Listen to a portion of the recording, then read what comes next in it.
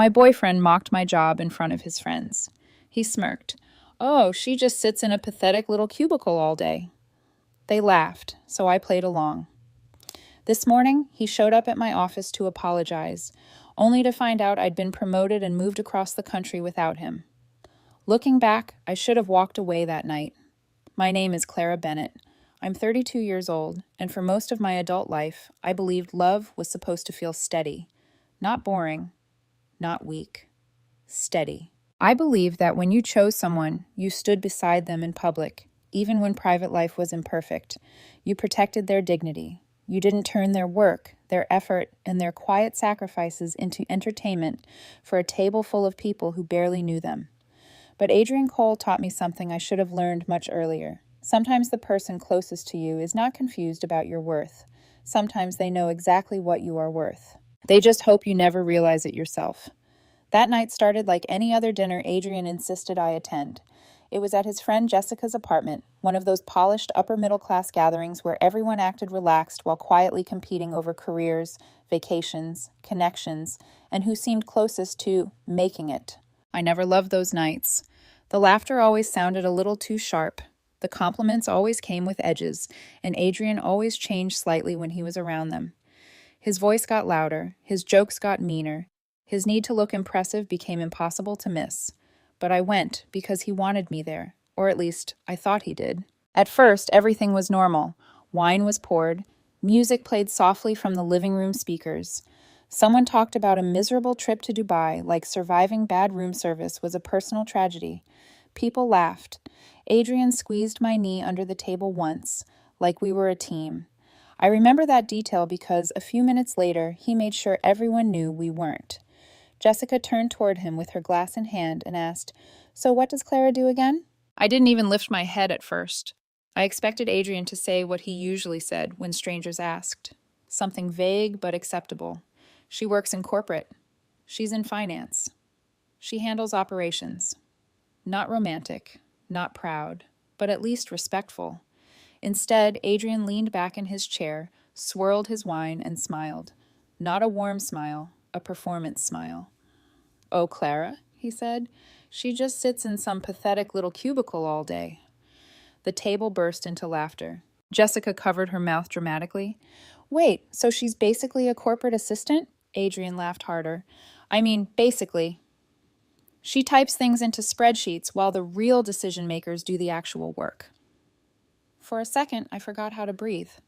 Not because the words were clever, they weren't. Not because they were true, they weren't. But because of how easily they came out of his mouth. There was no hesitation, no regret, no quick look at me to soften it. He said it like he had been waiting for permission, like this was how he described me when I wasn't in the room.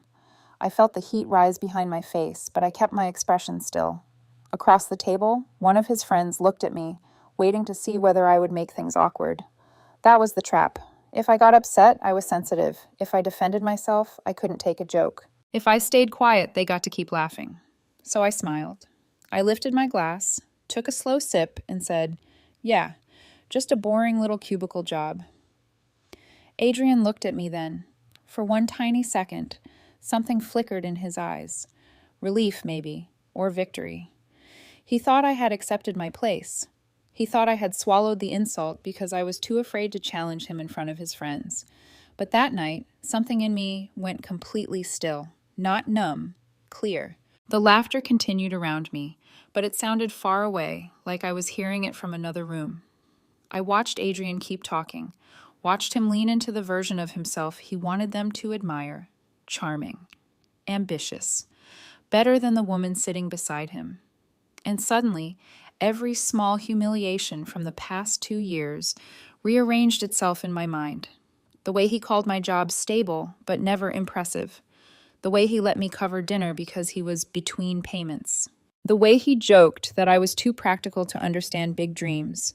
The way he loved my reliability, but resented the fact that I had earned it. I looked at him across that table and understood something painful. Adrian didn't see me as his partner. He saw me as a safety net with a face. That night, I didn't argue. I didn't cry in the bathroom. I didn't ask him why he would say that about me. I sat there until dessert was served. I laughed when I was supposed to. I thanked Jessica for hosting. I let Adrian place his hand on my back as we left, like he hadn't just made me feel smaller in a room full of strangers. On the ride home, he was cheerful. "That went well," he said. I looked out the window at the city lights sliding across the glass. "Yeah," I said softly, "it did." He didn't hear what I meant. That was his first mistake. Because while Adrian thought the night had proven I would tolerate anything, I had already made a decision. I wasn't going to embarrass him. I wasn't going to beg for respect. I wasn't even going to warn him. I was going to let him believe life was exactly the same, and then I was going to disappear from it. After that dinner, Adrian acted like nothing had happened, and somehow that disturbed me more than the insult itself. It was the fact that he slept peacefully beside me afterward, like reducing my entire career to a punchline hadn't deserved even a second thought. The next morning, he kissed my forehead while scrolling through his phone. "You okay?" he asked casually. I stood at the kitchen counter pouring coffee, watching steam rise between us. "Why wouldn't I be?" He shrugged. "You got kind of quiet last night." Quiet. That was the word people used when they wanted to avoid saying hurt. I handed him his coffee with a small smile. "I'm fine." And just like that, the conversation ended. Adrian accepted my answer because he wanted to accept it. People who benefit from your silence rarely question it, but something had changed in me overnight. I started noticing everything. He expected me to organize our life, pay the bills, and keep everything steady, then mocked the very job that made all of it possible. The way he praised ambitious women in public, then came home and treated my ambition like background noise. For the first time, I stopped looking at Adrian through the lens of history. I started looking at him exactly as he was, and once that happened, I couldn't unsee it. A few days later, I came home from work earlier than usual and found him sitting on the couch, watching videos on his phone. He barely glanced up. "You're home early." "Meeting got canceled." He nodded distractedly. There was a time when he would have asked about my day, asked if I wanted dinner, asked if I was tired. Now our relationship moved around him like gravity. I walked into the kitchen and noticed the unopened electricity bill sitting on the counter. 3 months ago, he had promised he would start covering more expenses after a temporary financial dip. That dip never ended. I opened the bill, unpaid, again. I stared at the number for a long moment before quietly paying it myself, not because I wanted to, but because if I didn't, the lights would eventually go out for both of us. And that was the problem with loving someone irresponsible. You become responsible for the damage they pretend not to see. That night, Adrian wrapped an arm around me in bed and said, "You know I appreciate everything you do, right?" I almost laughed. Not because it was funny, because it was strategic. He always sensed distance right before it became dangerous. "You don't have to worry so much," he murmured sleepily. "Things are going to get better for us." Us. That word suddenly sounded incredibly one-sided. Because while Adrian talked about our future, he had no idea mine was already changing. For the past 6 months, my company had been restructuring internally, quietly, carefully. And somehow, despite being the woman with the pathetic cubicle job, I had become one of the most valuable people in the entire division. I had spent years doing the work nobody noticed, fixing problems before executives even saw them, cleaning up disasters other departments created, keeping million-dollar operations stable while louder people took credit, and eventually, somebody important finally noticed. 2 weeks before that dinner party, my director called me into a private meeting. I still remembered the exact way she smiled at me. "Clara," she said, sliding a folder across the desk, "we're opening a senior operations position in Seattle." Seattle. Across the country. My pulse jumped the moment she said it. "This isn't an application offer," she continued. "This is us asking whether you want it." I opened the folder slowly. The salary increase alone was enough to change my life. Housing assistance, executive bonuses, leadership authority, a private office, not a cubicle, not anymore. And the strangest part was that my first thought hadn't been excitement. It had been Adrian. Would he move with me? Would he finally be proud of me? Would this make him see me differently? But after that dinner party, I realized something painful. If Adrian suddenly respected me because I became more successful, then he had never respected me at all. So I didn't tell him. Not about Seattle, not about the promotion. Not about the fact that my entire future had quietly opened in front of me while he was busy making jokes about spreadsheets. Instead, I watched him carefully. And once I started paying attention, the pattern became impossible to ignore. The new name Adrian kept bringing into our relationship was Lena. At first, she appeared casually in conversation. Lena said the funniest thing at work today. Then, Lena's got insane energy. She's one of those people who always knows the right people. Then, honestly, Clara, you should see how driven she is. She's already planning her own startup. Every time he mentioned her, he watched me afterward. Not obviously, subtly, like he was testing jealousy, testing reactions, testing options. The funny thing was, I don't think Adrian even realized how transparent he had become.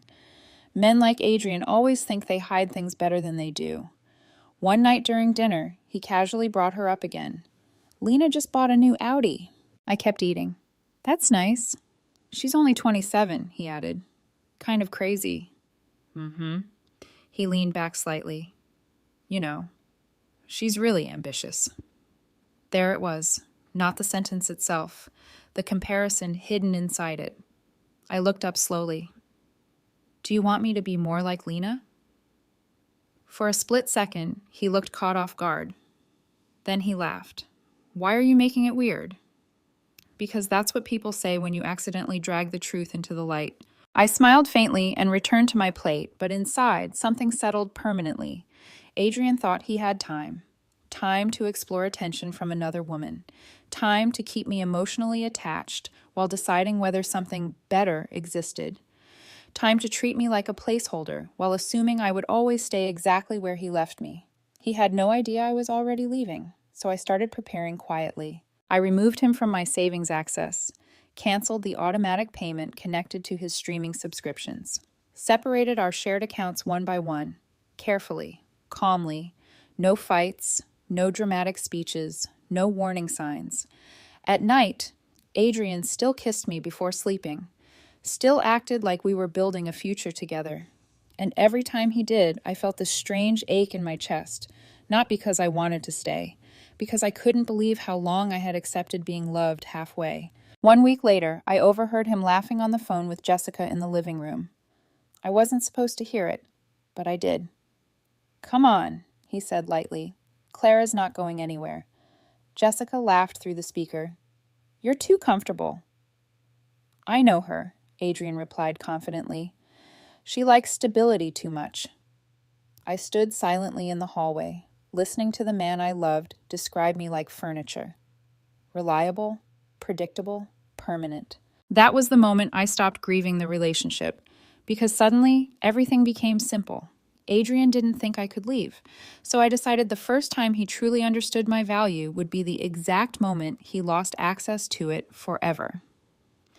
The strange thing about emotionally leaving someone is that your body stays long after your heart has stepped back. I still slept beside Adrian, still folded laundry, still asked whether he wanted coffee in the morning. From the outside, nothing looked different, but internally, I was already gone, and maybe, on some level, Adrian felt it, because the more distant I became, the more careless he got. Lena's name started appearing constantly after that, not just in conversation, but on his phone, on social media, in tiny shifts of behavior. People only notice when they stop making excuses. One Friday night, Adrian came home nearly 2 hours late. No apology, no explanation, just a casual toss of his keys onto the counter. Work thing ran over. I nodded without looking up from my laptop. A few seconds passed. Then he added, almost too casually, Lena stayed too. Whole team was there. Interesting. I hadn't asked. That meant he wanted me thinking about her. I closed my laptop slowly. Okay.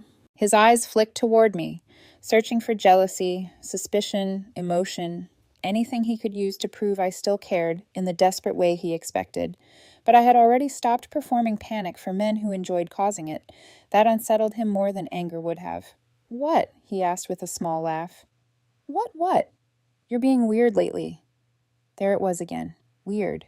Quiet. Sensitive. People always create vague labels when they don't want to examine their own behavior too closely. I'm tired, I said simply. He studied me another second before shrugging it off. But I noticed something important that night. Adrian kept checking his phone. Not openly, secretively. Tiny downward glances followed by fast lock screens. And every single time, his mouth shifted slightly, not smiling, anticipating. I recognize that expression because I used to have it when I was in love with him.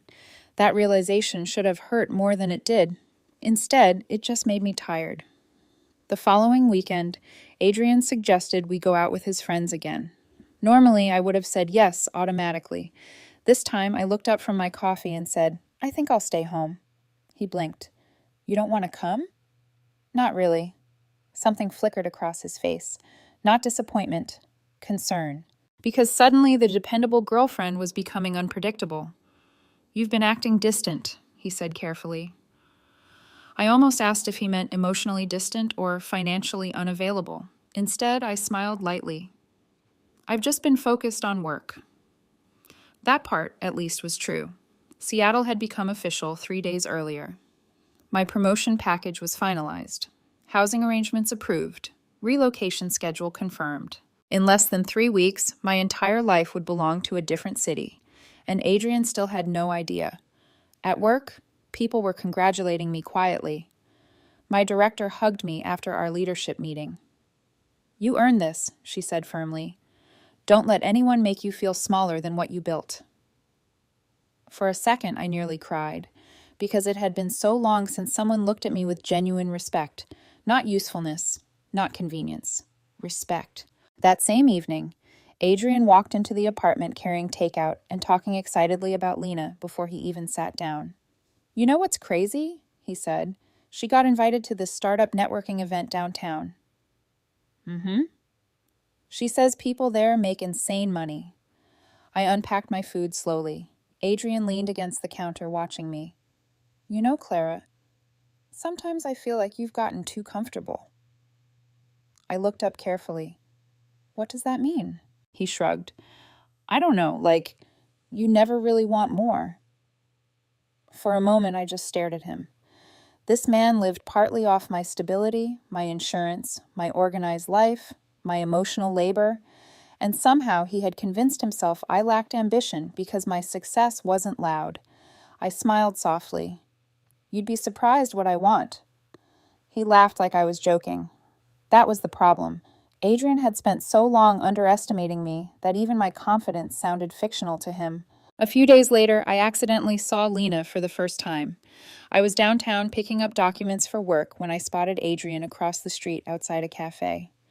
He was standing with a woman in a cream-colored coat, laughing harder than I'd seen him laugh with me in months. Lena. She was beautiful in the effortless way people become when they've never had to struggle for approval. Young, stylish, bright-eyed. And Adrian looked mesmerized. Not guilty, not conflicted. Mesmerized. I stood there for maybe 5 seconds before turning away. I could have confronted him. I could have asked questions. I could have demanded the kind of honesty he would have twisted into an accusation against me. Instead, I walked calmly back to my car and sat behind the wheel staring at nothing. Oddly enough, I didn't feel rage. I felt clarity. Because suddenly, everything made sense. Adrian wasn't cheating physically, not yet. But emotionally, he was already halfway out the door. And still, he came home every night expecting dinner, comfort, stability, and reassurance. That was the cruelest part. People like Adrian want emotional insurance while shopping for excitement elsewhere. That night, he crawled into bed beside me and wrapped an arm around my waist. "You okay?" he murmured. I stared into the darkness. "Why do you keep asking me that?" He hesitated slightly. "I don't know. Feels like something's off." Something was off. He just thought it was me. The next week, the apartment started changing quietly. The shared streaming account stopped working. The automatic grocery delivery disappeared. Our joint vacation savings account no longer showed up under his banking app. Each time, he brushed it off as some technical issue, because Adrian had spent years assuming systems simply worked around him naturally. He never wondered who maintained them, until they started disappearing. One evening, he walked into the kitchen, holding his phone. "Hey, Netflix kicked me out again." "I canceled it," he frowned. "Why?" "I barely use it." He stared at me a second longer than usual. Okay. That tiny moment told me everything.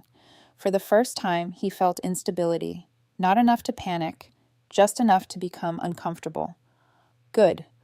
I wanted the ground beneath him to shift slowly, the same way mine had shifted during that dinner party while everyone laughed. A few nights later, Jessica invited us out again. This time, Adrian practically begged me to come. You've been isolating yourself. Interesting wording. Not I miss you. Not I want time together. Isolating yourself. As though my withdrawal from people who disrespected me was somehow unhealthy. I'm staying home, I said. He sighed heavily. Clara, you can't punish me forever over one joke. One joke? That's what humiliations become when the person delivering them never had to feel their weight. I looked at him quietly for several seconds. Then I asked the question that finally made him uncomfortable. Would you have laughed if your friends talked about Lena that way? His face changed instantly, because he knew the answer. No, he admitted. Silence filled the apartment. And for one fragile second, I thought maybe he understood. Maybe he finally saw the damage. But then he ruined it. You're just taking this way too personally. I smiled. Not because it was funny, because in that exact moment, I stopped loving him completely. It wasn't Lena. It wasn't the flirting. It wasn't even the humiliation anymore. It was the fact that Adrian genuinely believed my pain was an overreaction to his behavior. That was the real problem. And once you see that clearly, there's no going back. That night, after he fell asleep, I sat alone in the living room with my relocation documents spread across the coffee table. Seattle, new office, new apartment, new life. For the first time in years, the future didn't feel heavy. It felt clean. And somewhere down the hallway, Adrian slept peacefully beside a woman he still believed would never leave him. The hardest part about leaving someone quietly is pretending you still belong to them while you're already learning how to breathe without them. By the second week, I had become an expert at it. I still kissed Adrian goodbye before work, still asked whether he needed anything from the store, still sat beside him on the couch while he scrolled endlessly through his phone, pretending Lena was just a coworker. But internally, I was dismantling our life piece by piece, carefully, methodically, like someone removing wires from a bomb. The first thing I did was separate every financial tie between us. No dramatic announcement, no speech. I simply stopped protecting him from consequences he never noticed existed. I removed my card from the Uber account he used constantly, canceled the shared grocery membership, transferred my savings into a private account under a different bank. Then came the apartment. That part took planning. Our lease renewal was coming up in less than a month, and thankfully, only my name carried enough financial history to qualify for the current rate. Adrian had always joked that paperwork stressed him out too much, so I handled everything. Every signature, every payment, every deadline. He thought that made us a team. In reality, it meant I had built the entire foundation alone. I met privately with the leasing office during my lunch break. The manager recognized me immediately. Everything okay, Clara? Yes, I said calmly. I won't be renewing. She looked surprised. Moving? I nodded. Across the country. For a second, saying it out loud made my chest tighten. Not from sadness, from reality. This was actually happening. She pulled up the account information. Does your boyfriend know? I smiled politely. Not yet. The manager hesitated, then lowered her voice slightly. Well, between us, I think you're making the smart decision. I blinked. She gave me an apologetic look. Adrian's been in here a few times trying to delay payments when you were traveling. I figured you knew. Something cold settled in my stomach. Of course he had. And somehow that hurt more than the public humiliation, because it reminded me how invisible my labor had always been. People only notice stability once it disappears. I signed the paperwork quietly and walked back to work feeling strangely detached from my own life. Not empty, not broken. Just separate from the version of me that used to believe patience could turn neglect into love. That evening, Adrian was in an unusually good mood. He came into the kitchen smiling at his phone. Guess who got invited to another networking party? Lena? I asked flatly. His eyebrows lifted slightly. You really don't like her, huh? I almost laughed. The irony was unbelievable. He thought this was jealousy. As if my issue was competition. As if another woman was the reason our relationship was collapsing instead of the man standing in front of me. She seems great, I said calmly, and that answer unsettled him more than anger ever could. Over the next several days, I started packing slowly. Not obvious boxes stacked by the door. Small things. Winter coats Adrian never noticed were missing. Important documents. Jewelry from my grandmother. Books I actually cared about. Every night after he fell asleep, I moved another piece of myself out of the apartment. Like a ghost gradually leaving a house that no longer knew her name. Meanwhile, Adrian became more relaxed than ever.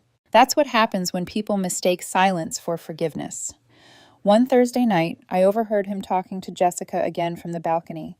I wasn't even trying to listen. But then I heard my name. "Clara's just stressed lately," he said casually. "She'll get over it." Jessica laughed through the speaker. "You really think she'd never leave?" Adrian answered immediately. "No chance."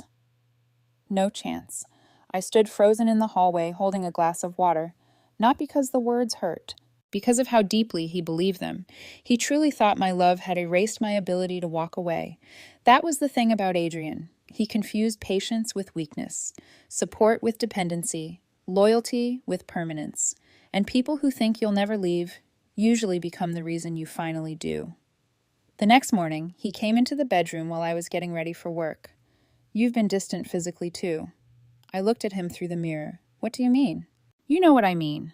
His tone wasn't cruel, just irritated, like intimacy was a service that had become inconsistent. I set down my makeup brush slowly. "Adrian, when was the last time you asked how I was doing emotionally?" He frowned immediately. "Why are you turning this into some huge thing again?" Again. Everything important to me always became again. I watched him carefully then. Really watched him. And suddenly I saw the future with terrifying clarity. Marriage would not fix this. Children would not fix this. More time would not fix this. Because Adrian genuinely believed relationships were supposed to revolve around his comfort first. The realization didn't break my heart anymore. It freed it. 3 days before my flight, my promotion became publicly official inside the company. My inbox exploded with congratulations. Senior leadership emails, meeting requests, messages from people who had ignored me for years, suddenly wanting access to me. I sat at my desk, staring at the screen, overwhelmed. Not because of the promotion itself, because for the first time in years, I felt seen. That afternoon, my director closed my office door and smiled warmly. "You know," she said, "the Seattle executive team specifically requested you?" I blinked. "Me?" "They said your reputation got there before you did." My throat tightened unexpectedly. Because at home, I had spent years feeling small. And here, in the very career Adrian mocked publicly, I was becoming someone people fought to keep. The contrast nearly shattered me. That night, Adrian suggested we go out to dinner, probably because he sensed distance growing too large to ignore. Halfway through the meal, he reached across the table and squeezed my hand. "You know I love you, right?" The question almost stunned me, not because of the words, because suddenly they sounded defensive, like even he could feel something slipping beyond his control. I looked at him quietly. "What do you love about me?" He laughed awkwardly. "What kind of question is that?" "A real one." He leaned back slightly. "You're dependable." The answer hit me like cold water. Dependable? Not brilliant, not compassionate, not ambitious, not beautiful, dependable, like a car that always starts. I smiled softly after a long silence. "That's what I thought." His face tightened. "What's that supposed to mean?" "It means you don't love me, Adrian. You love what doesn't fall apart when you lean on it." He stared at me, silent for once. But it was too late, because in that moment, Adrian unknowingly confirmed the truth I had spent weeks trying not to admit. He didn't love me as a person. He loved the stability I created around him. And in less than 72 hours, all of that stability was going to vanish. The night before my flight, Adrian stayed late at another work event, Lena's event. He texted me around midnight. Don't wait up. I stared at the message for a long time. Then I looked around the apartment. Half my life was already gone from it. The closets looked emptier. The shelves looked cleaner. Even the air felt temporary. I walked into the bedroom, opened the drawer beside my bed, and took out the envelope containing my relocation paperwork. Flight confirmation. Seattle apartment keys. Executive contract. A completely different future. I traced my thumb across the edge of the documents and realized something strange. I wasn't scared anymore. Not of leaving, not of being alone, not even of starting over. Because somewhere between the dinner party and this moment, I had remembered who I was before Adrian taught me to shrink myself. And tomorrow morning, he was finally going to learn what happens when the person holding your entire life together quietly decides to let go. Adrian had no idea his life was already ending while he slept peacefully beside it. The morning I left, he barely looked at me. He stood in the kitchen, half awake, scrolling through emails with messy hair and yesterday's exhaustion still hanging off him. I remember staring at him for a moment, thinking how strange it was that someone could lose everything before breakfast and not even feel the ground moving yet. You leaving early? He asked casually. Mm-hmm. Meeting? Something like that. He nodded absent-mindedly and reached for coffee. No suspicion, no panic. No awareness that the woman who had quietly carried half his life for years was about to disappear from it completely. I grabbed my suitcase from the hallway while he wasn't looking. Not a dramatic, oversized suitcase. Just enough for a permanent move, because most of my important things were already gone.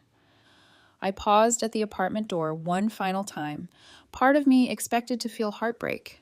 Instead, I felt relief so intense it almost frightened me. No screaming, no revenge speech. No shattered dishes, just a door closing softly behind a woman he thought would never leave. By the time he realized what had happened, my plane was already in the air. Seattle greeted me with rain.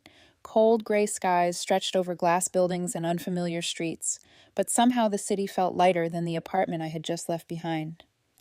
My new company driver picked me up from the airport holding a sign with my name. Welcome to Seattle, Ms. Bennett. Ms. Bennett. Not Adrian's girlfriend. Not someone's dependable backup plan. Me. The realization hit so hard I had to look out the window for a second to steady myself. The apartment corporate housing arranged for me overlooked the water. Modern. Quiet. Clean. No unpaid bills hidden in drawers. No tension sitting underneath conversations. No need to earn basic respect from the person beside me. I stood alone in the living room after the driver left and listened to the quiet. For the first time in years, it didn't feel lonely. It felt like my nervous system finally exhaled. Meanwhile, back home, Adrian still thought everything was normal. At first. Around 9:30 that morning, he tried ordering an Uber to work. Payment declined. He frowned at the screen. Tried again? Declined. Annoyed, he switched cards and muttered something under his breath before leaving the apartment. A small inconvenience, nothing more. Then he stopped for coffee. His usual mobile payment didn't work either. That's when confusion started creeping in. Not panic yet, just irritation. Because Adrian had spent years living inside systems someone else maintained for him. He never thought about how those systems functioned until they stopped functioning. At work, he kept checking his phone. No text from me. That part probably felt unusual. I always texted first. Good morning. Did you eat? Don't forget your meeting. Tiny emotional maintenance tasks he never noticed until they vanished. Around lunchtime, curiosity finally pushed him into action, and that was when he made the mistake that shattered whatever confidence he still had left. He decided to visit my office, not because he missed me, not because guilt had suddenly appeared overnight. He wanted reassurance. He wanted proof that I was still exactly where he left me, still reachable, still waiting, still safe. He probably imagined himself walking into my department, charming me with a smile, maybe acting slightly affectionate to smooth things over. Maybe he even planned to apologize eventually. But life doesn't wait for people to become emotionally ready to face consequences. When Adrian walked into the corporate building, everything changed. The receptionist recognized him immediately. "Hey," he said casually, "I'm here for Clara." The receptionist hesitated. And that tiny hesitation was the first real warning sign. "Oh," she said carefully. "You didn't know?" Adrian frowned. "Know what?" She transferred. Transferred. Even hearing the word secondhand weeks later still gives me chills, because I know exactly how his face must have changed in that moment. "What do you mean transferred?" "She accepted the Seattle executive position." Executive position. Not cubicle girl. Not spreadsheet assistant. Executive. The receptionist smiled politely. "Congratulations to her, by the way. Everyone's really excited for her." Adrian stared at her blankly. No, that doesn't make sense. She left days ago." Days ago. Not leaving. Gone. His heartbeat must have started pounding then, because suddenly, every small, strange thing from the past month probably rearranged itself inside his head all at once. The canceled subscriptions, the distance, the questions he ignored, the missing warmth, the disappearing pieces of our life. None of it had been random. I had been leaving him slowly while he stood there convinced I belonged to him permanently. He rushed upstairs anyway. Maybe denial was still protecting him. Maybe part of him believed there had been some misunderstanding. But then he reached my department and saw my desk, empty. Not temporarily empty, not out for lunch empty, gone. A different employee sat there now, typing calmly beneath the soft office lights. No photos, no coffee mug, no trace of me left behind. One of my coworkers looked up from across the room. "Adrian?" He turned too quickly. "Where's Clara?" My coworker blinked. "Seattle." The word hit harder the second time. "She already started orientation," he added casually. "Honestly, management's been talking about her promotion for weeks." Weeks. Adrian's stomach must have dropped right there, because suddenly he understood something horrifying. Everyone knew except him. The woman he lived with had built an entirely new future without him noticing. That kind of realization destroys people differently than betrayal does. Betrayal is loud. This was quieter. Worse. It forced him to face how little attention he had actually been paying. "She didn't tell me," Adrian said weakly. My coworker gave him a strange look. "Oh," just one word. But inside it lived judgment, because suddenly the situation looked exactly as ugly as it truly was. Adrian stood there, surrounded by people who respected me professionally, while realizing he had spent months mocking the very career that elevated me beyond his reach. And for the first time in our relationship, he was the one standing there looking small. He left the office in a panic. I know because my phone started exploding less than 20 minutes later. "Clara, where are you? Why didn't you tell me? Can we talk? Baby, please answer." I stared at the messages while sitting beside my new apartment window, watching rain slide across Seattle glass. And oddly enough, I didn't feel triumphant. I felt free. The calls kept coming, one after another. Then finally, "Clara, please don't do this." I looked at that message for a long time. Because the irony was unbelievable, Adrian still thought this was happening to him, like my departure was an emotional reaction instead of the natural consequence of years of disrespect. Eventually, I replied with one single text. "Don't worry, Adrian. I found a better opportunity. You understand, right?"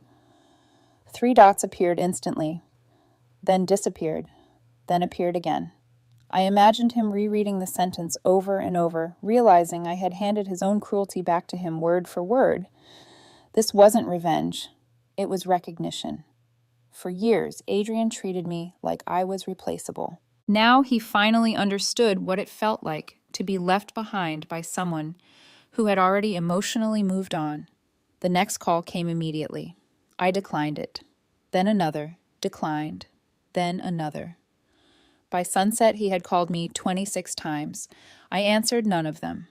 Because for the first time since loving Adrian Cole, I finally understood that closure is a gift, and he had never given me one when I needed it. The first week after I left, Adrian unraveled faster than I expected. Not publicly at first. Men like him rarely collapse in public immediately. First comes denial, then anger, then panic, and finally, the horrifying realization that the person they underestimated was holding together far more of their life than they ever understood. The messages started every morning around 7. "Good morning. Can we talk? Please answer me. At first, I ignored them while adjusting to Seattle. My new office overlooked the water. Every morning, ferries crossed the gray-blue harbor while executives rushed through glass hallways carrying coffee and deadlines. The pace was faster here, sharper. But strangely, I felt calmer. For years, my nervous system had been trained around Adrian's moods. Would tonight be peaceful? Would he make another joke at my expense? Would he suddenly become affectionate after treating me coldly for days? In Seattle, there was no guessing. No subtle humiliation disguised as humor. Just peace. The second week, the text changed tone. Clara, I know you're angry. Please let me explain. I didn't realize things were this bad. That sentence almost made me laugh. Because that was the problem, wasn't it? He didn't realize. Not when I paid bills quietly. Not when I carried emotional labor alone. Not when he humiliated me publicly. Not even when another woman started becoming more exciting to him than the person building stability beside him every single day. Adrian moved through our relationship like someone living in a hotel. Comfortable, serviced, completely disconnected from the effort required to maintain it. And now the hotel had closed. Meanwhile, reality was beginning to hit him financially too. The lease office contacted him 3 days after my departure. When Adrian tried to renew a loan, without my income verification attached, the terms changed completely. The apartment suddenly became unaffordable. Then came utilities. Then overdue balances he hadn't realized were partially covered through my accounts. Then grocery costs. Then transportation. Tiny things individually, crushing together. And for the first time in his adult life, Adrian had to confront the terrifying difference between appearing stable and actually being stable. One night after work, I finally listened to one of his voicemails. His voice sounded exhausted. Clara, I know I messed up, okay? I know I hurt you. A pause. But you didn't have to disappear like this. I stared at the phone quietly. Disappear. Such an interesting word. Because Adrian acted like I vanished suddenly instead of leaving slowly for months while he ignored every warning sign. Then his voice cracked slightly. I didn't think you'd actually leave. There it was. The truth. Not I didn't know you were unhappy. Not, I'm sorry I disrespected you. I didn't think you'd actually leave. Because in his mind, my love had become permanent infrastructure. And people rarely notice what holds their life together until it disappears. Back home, things kept getting worse for him. Jessica stopped entertaining his pity conversations almost immediately. Apparently, the moment he started complaining about me overreacting, she cut him off cold. You embarrassed her in front of everybody, she reportedly told him. What exactly did you think was going to happen? Even the people who had laughed at that dinner wanted distance now, because once I left, the story sounded different. When I was still beside Adrian, people could pretend the disrespect was mutual banter. But the moment I walked away and succeeded without him, everyone suddenly saw the imbalance clearly. That's the funny thing about power. People don't recognize who truly had it until the dynamic changes. And Adrian's social life had always quietly depended on mine too. I was the organized one. The reason plans happened on time. The reason bills got split correctly. The reason holidays were coordinated. The reason his life looked more adult than it actually was. Once I disappeared, the cracks became visible everywhere. Then Lena lost interest too. That part didn't surprise me at all, because women like Lena usually enjoy excitement, not emotional repair projects. According to Jessica, Adrian tried spending more time around her after I left. But desperation changes a person's energy. Suddenly he wasn't confident anymore, wasn't charming anymore, wasn't distant in a way that felt exciting anymore. He was anxious, needy, panicked, and nothing destroys attraction faster than watching someone realize too late what they lost. A month after I moved, Adrian sent me the longest message yet. I almost deleted it without reading. But curiosity won. Clara, I know I don't deserve a response, but I need you to know I finally understand what you were trying to tell me. I made you feel small because I was insecure about how much bigger you were becoming than me. I kept acting like your job wasn't important because deep down I knew you were outgrowing me. And instead of being proud of you, I tried to make you feel ordinary so I wouldn't feel left behind. I'm sorry. I read the message 3 times, then set my phone down slowly, because for the first time since leaving, I finally felt sadness, not for the relationship. For the version of Adrian I kept hoping existed underneath all the selfishness. Maybe he could have become better someday. Maybe. But people always ask the wrong question after relationships end. They ask whether someone loved them. That's not the important part. The important part is whether the love was healthy enough to survive reality. Ours wasn't. Adrian loved me when I was useful, when I was accessible, when I made his life easier. But the moment my success challenged his ego, he started treating me like competition instead of a partner. And love cannot survive resentment disguised as humor. A few weeks later, I received one final voicemail.